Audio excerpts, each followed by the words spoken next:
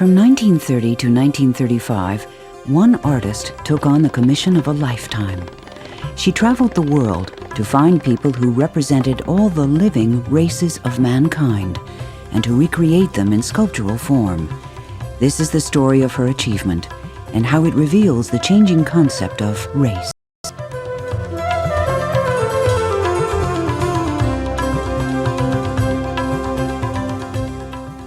If you look at these artistic representations of race, I think right away you're struck with, yeah, that does look like such and such.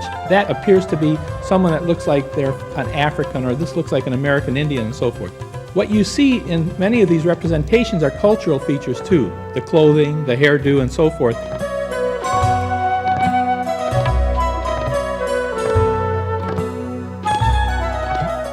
At a moment when race is a very critical issue, race becomes the lens through which those works of art are interesting.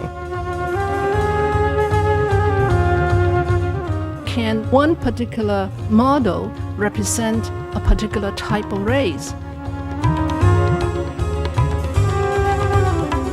That exhibit has always tried to live in these two worlds. Is it science? Is it art?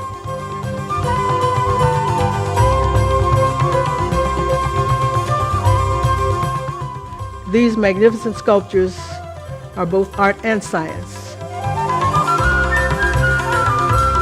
People walk by them, they stop, they look at them for a moment because they're interesting, they're unusual, they don't really know the story. The story starts in Chicago.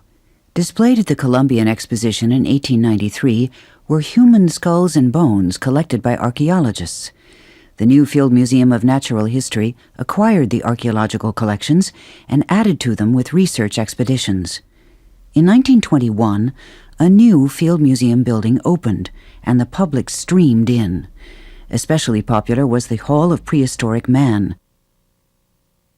But the old exhibits of human skeletons attracted little interest.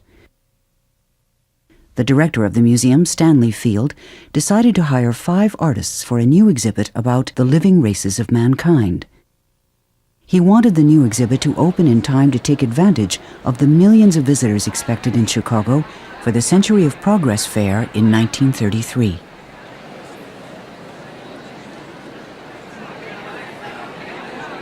The curator of anthropology at the Field Museum, Berthold Laufer, felt that the exhibit would be important because, quote, "With the advance of our civilization and the white man's expansion all over the globe, many primitive tribes are now doomed to extinction and are gradually dying out.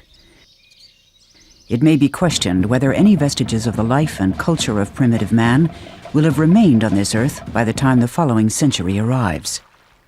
Many a vanishing race will continue to live only in the statues and busts displayed in this hall." Unquote.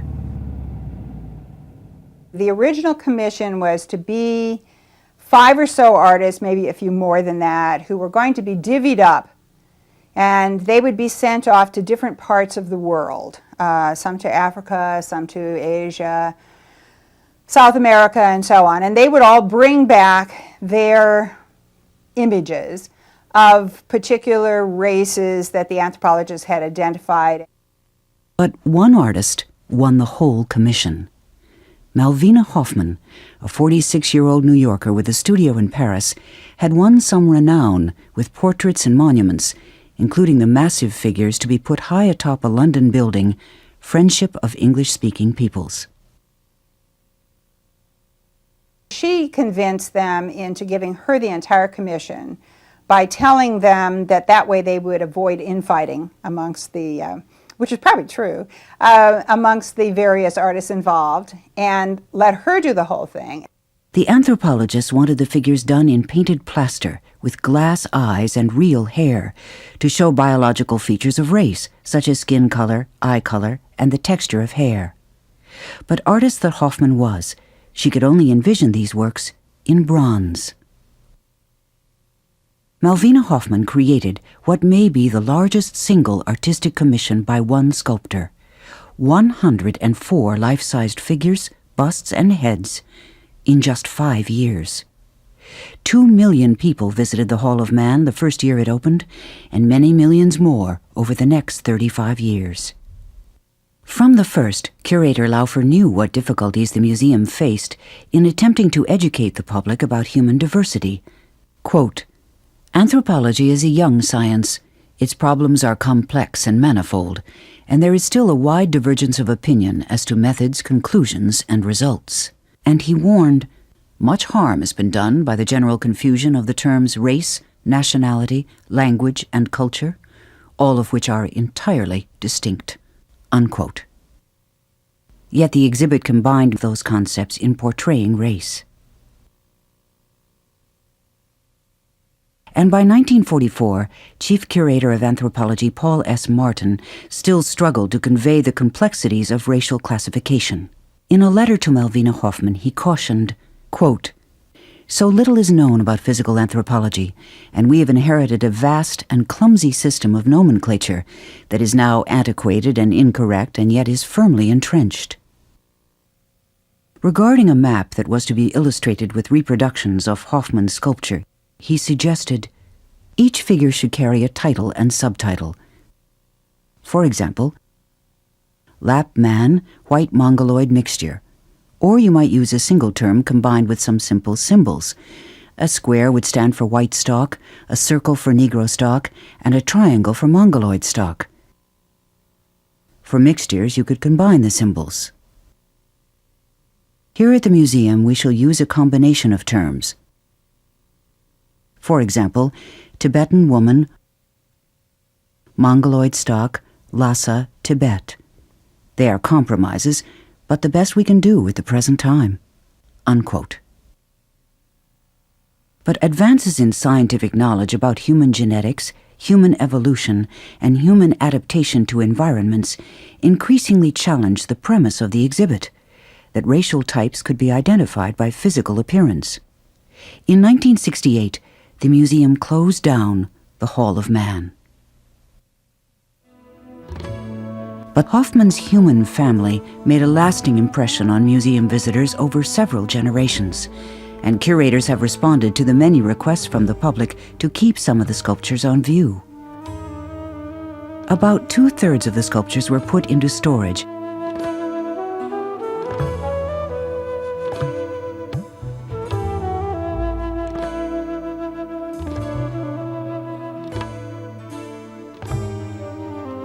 And the other third, including most of the full-sized figures, were scattered about the public areas of the museum, where visitors can see them today.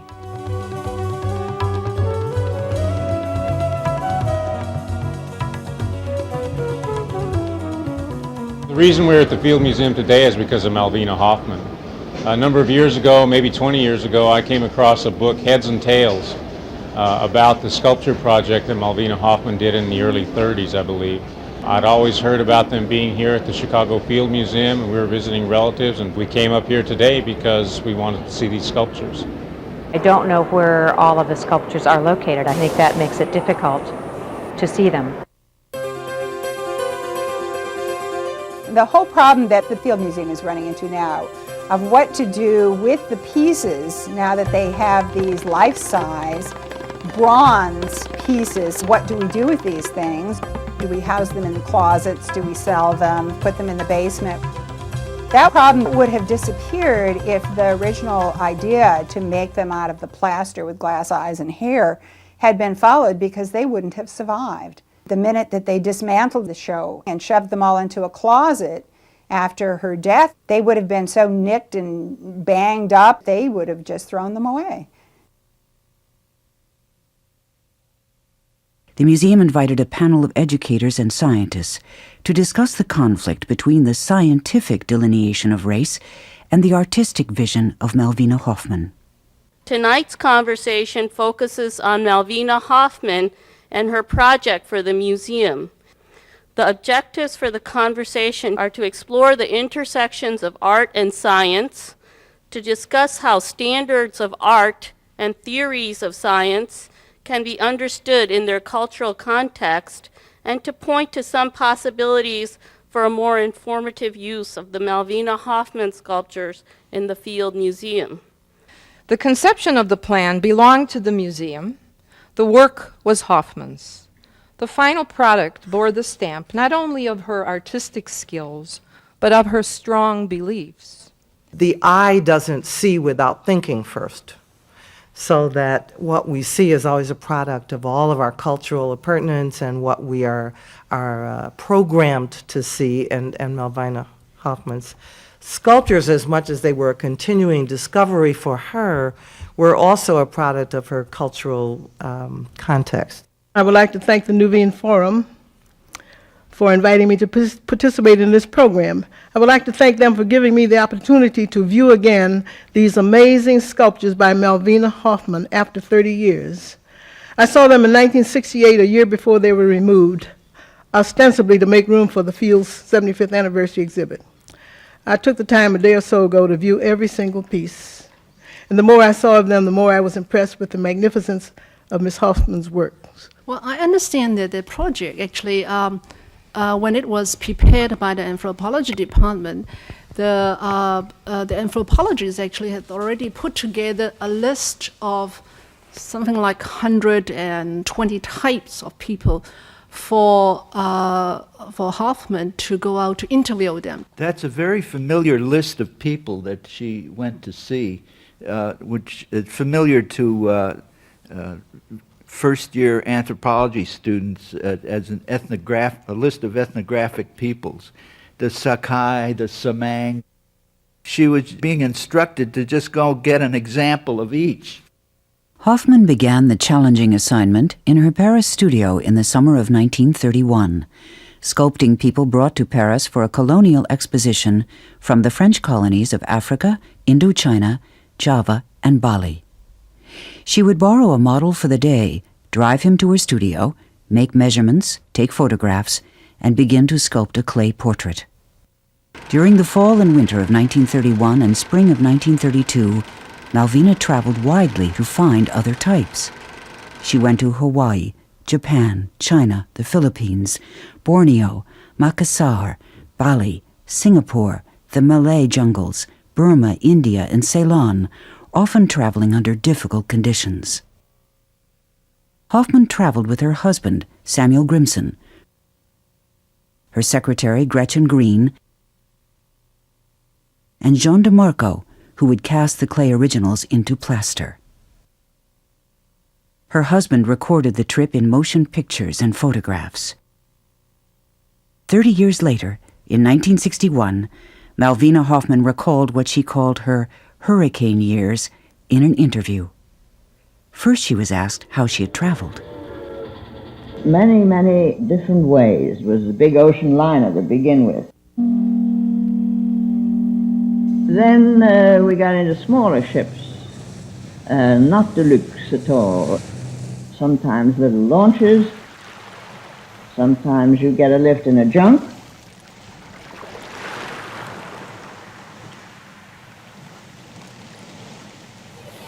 Sometimes outrigger canoes.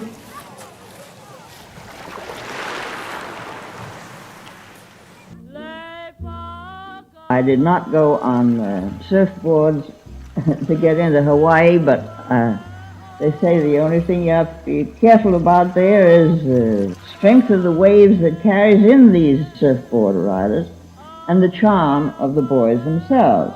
If you can cope with those two dangers of Hawaii, why, you can enjoy Waikiki Beach.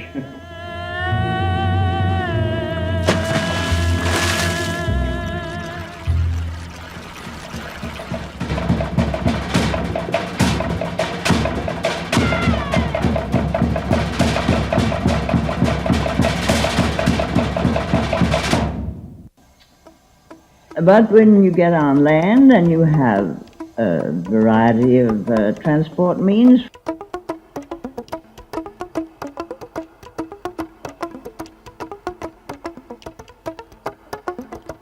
the donkey,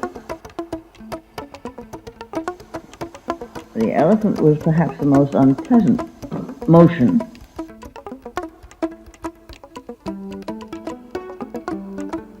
But then you have the camels, and you really have quite an experience of locomotion.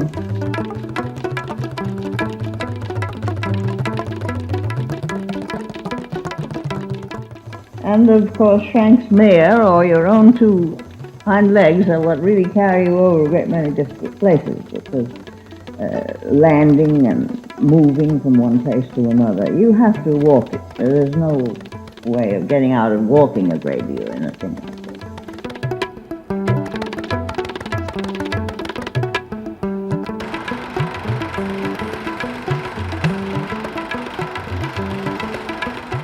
While I was modeling the subjects in the poses shown in the bronzes, my husband would often take many pictures of the rest of the tribe and showing them in their activities and typical motions. Sometimes climbing trees, as the Tamil of South India is shown collecting toddy from the toddy palm.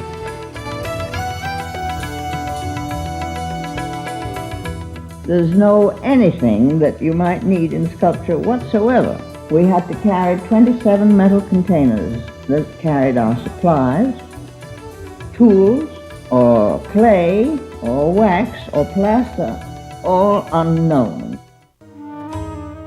I also was human and fell ill at numerous places. I had a very serious infection when I was in Japan, but it takes about 5 weeks to develop to the point where it threatened the amputation of my left arm, so I may have contracted it on an American Pacific steamer. In addition to the physical demands of the expedition, Hoffman had to follow the often confusing directives of the museum curators. When the project itself started, the discussion was merely, would I obey all the rules that they wanted me to submit to concerning the science of anthropology? This was a museum, not an art museum, but they wanted my responsibility as an artist included. And they said, if these works are only scientific, that isn't what we want.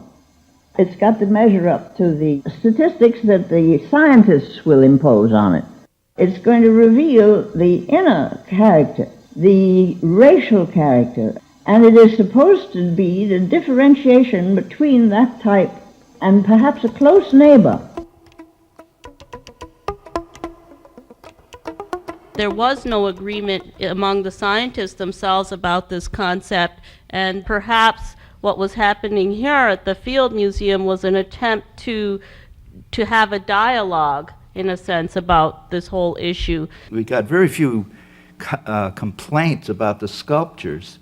In Heads and Tails, Malvina was using the European use of the word race. She referred to the Ainus as a race, meaning a nationality or a group. So if you want to show the races of mankind in that sense, you could have dozens and dozens of races in that hall. If you are trying to understand how the race is made, imagine a little pygmy or a little bushman hardly came up to the armpit level. And then not far away, you have the problem of modeling a Shilluk, for instance, who's 6'9". Well, that's some contrast. And you find suddenly that you may be devoted to a type in China, but in a few days you're transported to the Philippines and there's another problem facing you, and before you can absorb what the difference is between those two, you're on your steamer going down to Java. And when you get there, the cheekbones and the mouth and the hair and everything that you thought you'd nailed to the mast, that you'd learned how to do, you have to throw it all out of the window and begin fresh again with each one. The interviewer asks how Hoffman went about selecting a subject. In her answers, we hear her attempts to reconcile her artistic vision with the requirements of depicting race. The museum worked for almost a year in advance by correspondence with these different localities, asking the local experts who understood the races of their area to let them know what tribes would be the most characteristic to represent that area. And then they would select maybe 10 or 15 members of these tribes or races, and I would be taken out to look them over.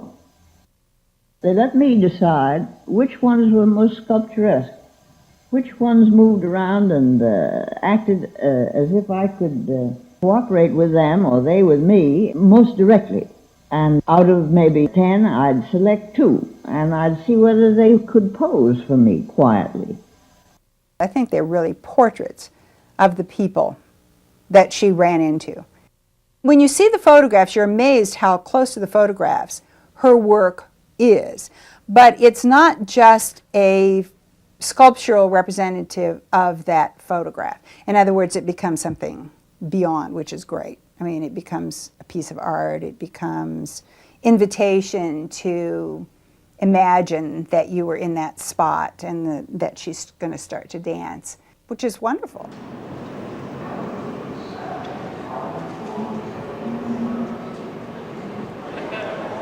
I've been taking my students to the Field Museum for a number of years, particularly to study the Malvina Hoffman sculptings.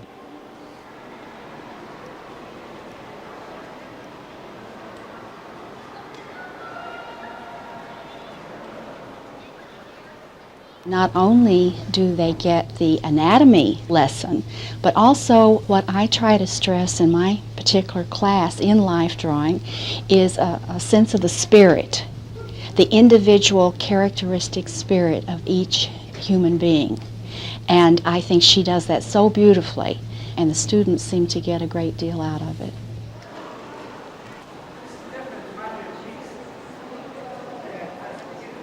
The Christian Science Monitor said this young Shilluk warrior represents what is best in Hoffman's art. He is accurately portrayed, warmly and sympathetically perceived, and beautifully designed and modeled. He is also very much alive. As a young woman, Malvina Hoffman had studied art in New York, then became a protégé of Auguste Rodin. In his Paris studio, she learned to capture the gesture and spirit of a model, and she learned the craft of casting into bronze. You can send your original plaster to a foundry and have it transformed into lasting metal, bronze. She had 2 of the figures cast in bronze at her own risk. And when Stanley Field saw them glittering in the sun in her Paris studio garden, he was convinced. These were made in a foundry in Paris, a master founder named Rudier, who made all of the bronzes for Rodin and Bourdelle, Renoir, Despiaux. He had to have about 60 men appointed to make this collection in bronze because of the stipulated conditions, which was that I was to oversee every one in each process of the sand mold.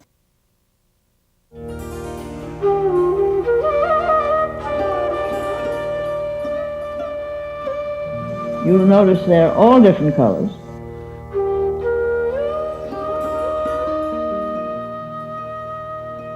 In many cases, there was even stone used that I carved as a variety, and there was some black marble which was used also for variety's sake, so that you wouldn't get bored with everything being the same surface material. In the conservation room of the anthropology department, Ruth Andrus prepares the Monbetu woman to be sent out on loan for an exhibit called Harlem Renaissance.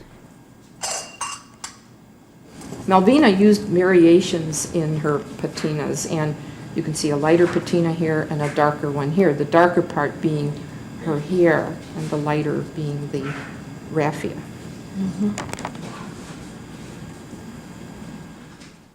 Hoffman's resistance to the requirements of assistant curator Henry Field becomes increasingly apparent in correspondence. This is 1933. We had discussed the matter of keeping records at length in my office, and I had these cards specially printed for you.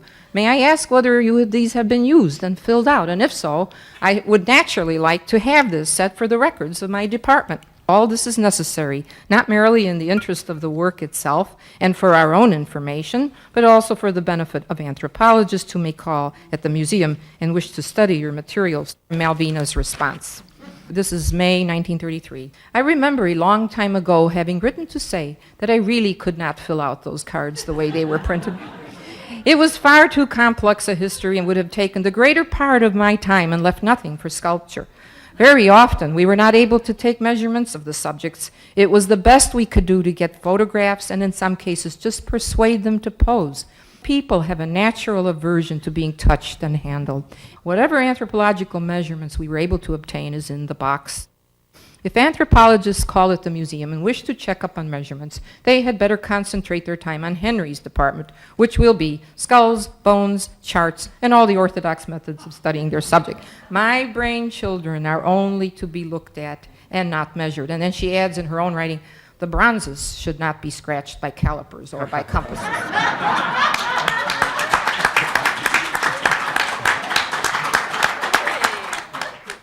I didn't believe very much of what I'd heard in any case before I went on this trip. I was very keen to see the world and discover what it was made of. I didn't read too many books because I thought each book was a good deal about the other book that had been read by the author of the last one. And that these professors who wrote many of these books seemed to live in the canyons of books. They hadn't been allowed. And unfortunately, there's no money to send everybody around the world to see what they look like. But you get there and find out that these people are individuals. They're not generally made up as superimposed photographs that if you take 5 or 6 photographs of different people that look alike, and you superimpose them and you make a result of that, and then it generally looks like nobody, you see. Mm-hmm. The scientists don't say that. They say if you take enough photographs, it's got to come out a person. But I don't think it does. In all modesty, I think they're wrong. It is estimated that only 12 to 17 sculptures were done from photographs only.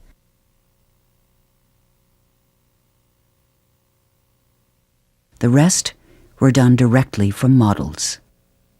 To make the personality register, ring a bell with a stranger who comes in and looks at him, I think that it's a tremendous advantage to have done a really individual interpretation of that person.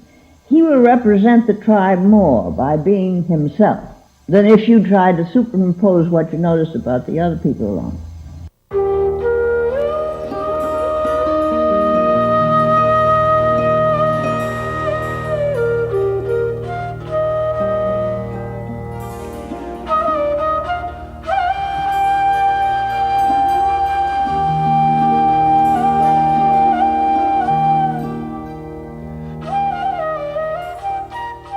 I was struck by those photographs in the film of her using calipers to measure people's heads and noses, and the kind of resonance that had of fascism at the time, where those measurements were used in very inimical, even diabolical ways. Anybody who's ever seen those pictures from the 30s, that's the first thing you think of is Hitler and the Nazi typologies. Well, I must say that physical anthropologists have been measuring people with calipers way before fascists were doing it. Yeah. It's an old idea. By 1933, Hoffman is aware that Nazi Germany is utilizing physical measurement for eugenic purposes, to classify people into what they considered desirable and undesirable categories, to, quote, improve the human stock, unquote. Malvina Hoffman writes to Henry Field, Dear Dr. Field, the glassy scientific eyes are looking at me with accusation, and although they may be very useful to science, they are soul-destroying to art, and I am not able to use them. Surely they would be more useful in Germany, where the anthropologists would have all shades of blue eyes and Aryan hair with which to match these samples for a Nordic world. I am returning the glass eyes to Chicago. After completing her work for the museum, she wrote in her book, Heads and Tails, I will leave the much disputed subject of what is meant by the word Aryan to be fought out between expert anthropologists and Mr. Hitler. Perhaps the British and French diplomats of 1935 would gladly contribute their ideas on this subject. She started out and said, I'll take this job, but essentially she said, I'm not trying to do what you're trying to do. I'm trying to do something else. And she took that kind of freedom on herself. That makes her interesting.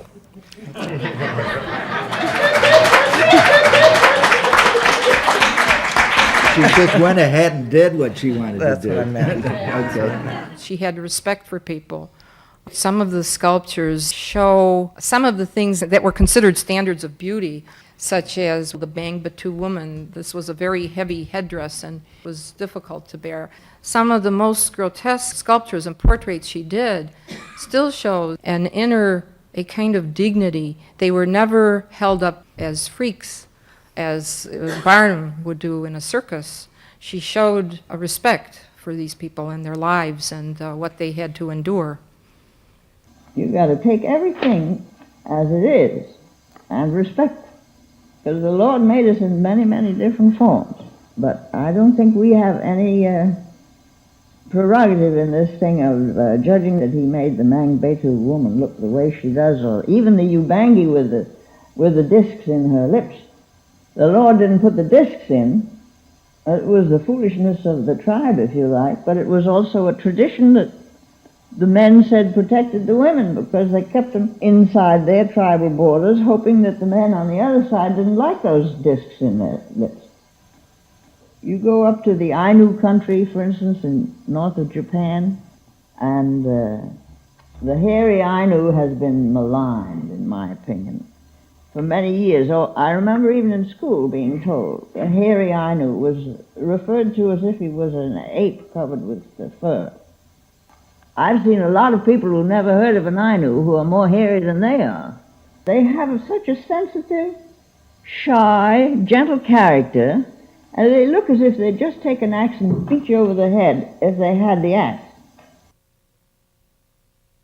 Looking at the wide spectrum of social status of the models, they include very ordinary peasants, ordinary people, to some really noble people too. And I think she did not prejudice against any particular social group. I think that's for sure. The central three figures shows that although we had the raciation of Homo sapiens sapiens wrong in that we put it down to three races, we were very egalitarian in the way we treated them. They're all represented equally handsomely, equally well or poorly armed. The Asian has a composite bow. The African has a fine African spear. The European has a broadsword, and we were careful not to arm him with a machine gun, by which he dominated his part of the world, which is what the label said, by the way. The weapons are what we, each one defended his part of the world. I can't say how much psychology you can draw on by knowing someone for a very short time, but I think she certainly tried to include what she could perceive about a person before and while she was doing the work. This Afghanistan moneylender has only a piece of blanket over one shoulder, but the funny thing to notice in him is that he's smiling in a gentle sort of way, and you might be tempted to think that he was a friendly, easy person to get along with. As a matter of fact, he's the most dreaded type in India because he collects the loans and the taxes and the money that he has let out to the poor farmers. And when he feels like adding to his own exchequer, he goes around to collect it. And there's no arguing with him. If you look at this bronze closely enough, you'll notice that under his right hand is a whole pile of coins. Now, most people don't notice that at all, and it's quite all right. I don't mind. But I noticed them, and I took the trouble to model them, and as I did so, his face became smiling. Now, you see, one thing affects another. As long as I let him hold his possessions under his right hand, he was in that smile expression. I'm a biological anthropologist, I'm a scientist, and I've been studying the scientific use of race. And what I've been struck by is that in the 250 years that race has been a concept that has been of interest, we haven't gotten anywhere from it as a biological concept. It really doesn't explain anything in any way. Most physical anthropologists and And most cultural anthropologists no longer find race a useful biological concept. Clearly, human variation is continuous and can't be put into groups. And I think that's true of any trait that you might want to look at, whether it's skin color, to use an example that is made too much of, or any other type. In the case of skin color, the pattern that you see is really a gradual variation across geographic areas that has mostly to do with the amount of solar radiation in a particular area. And I think what's important about these traits is that they don't vary together. That is, skin color has its own pattern, blood groups will have its own pattern, genetic markers have their own geographic distribution, so they don't form coherent clusters of groups or people. You have so much variation that exists within a racial group that it's meaningless. The assumption was that there was some pure race, the Bantu in Central Africa, who were the real Negroes. Racial classification involved essentially having an a priori assumption about who belonged to what race, and then averaging up the traits of this extraordinarily diverse people and coming out with a type.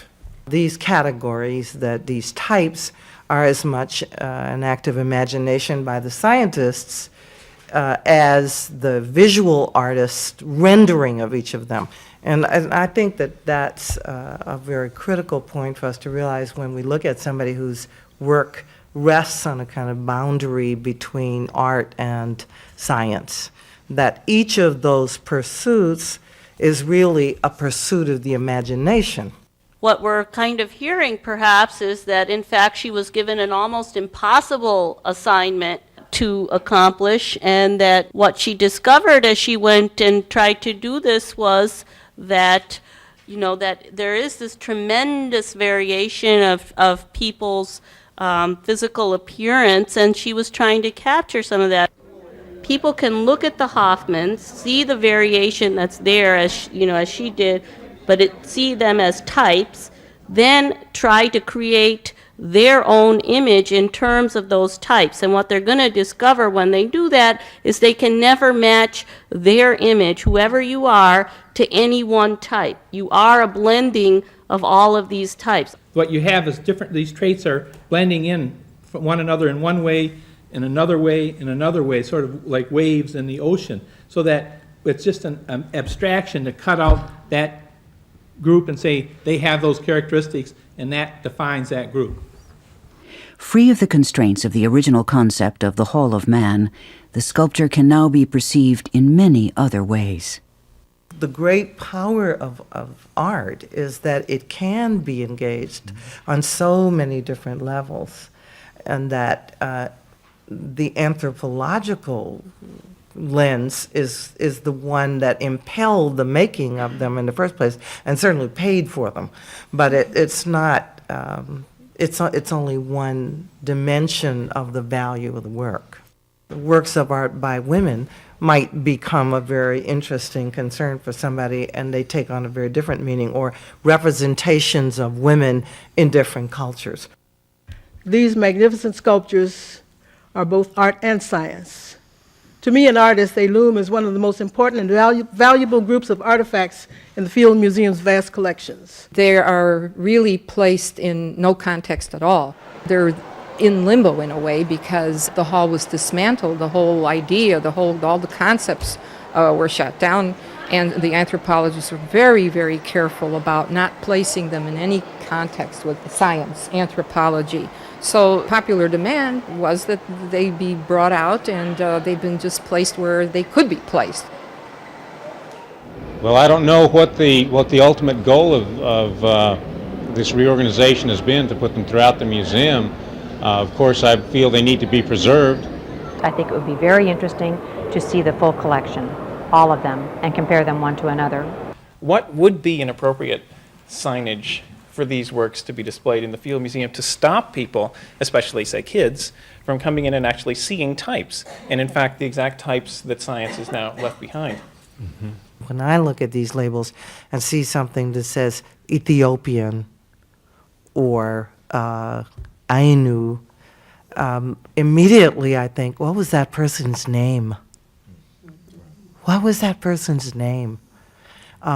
What was their life in the society? What was their role in the society? And I think that those kinds of narratives about those sculptures would create a very different mode for people to engage them. We do have names, I think, in our records of many of the models' names. Yes, and the people would, it's a fascinating story. The history of anthropology, concepts, how they change, the history of art, portraits of individuals. They do have names.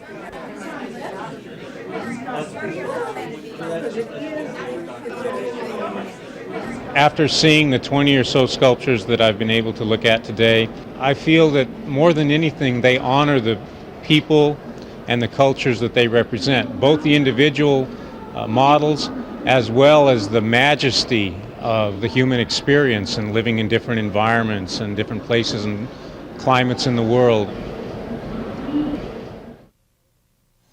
I went overtime. I never did keep a time clock, and I was just enthusiastic. I had more Balinese and Javanese and Africans than you could use in 2 or 3 museums. I do hope, really, that when they do look at these people, will they notice the detail? You look at a full-length figure, don't just look at the face. Look at his feet, and let him go around it and see what he looks like from the back. And you will find that the way the shoulder blades are set and the way the knees bend, all characteristic. If you really take the trouble to examine some of the details, you'll understand human beings better. Sailing the 7 seas and studying the endless varieties of primitive people, I found rare qualities really in every one of these, and they have learned to draw their strength and their courage from the elements and from the natural forces that surround them. Their best they certainly gave to me, and my best I tried to give to them.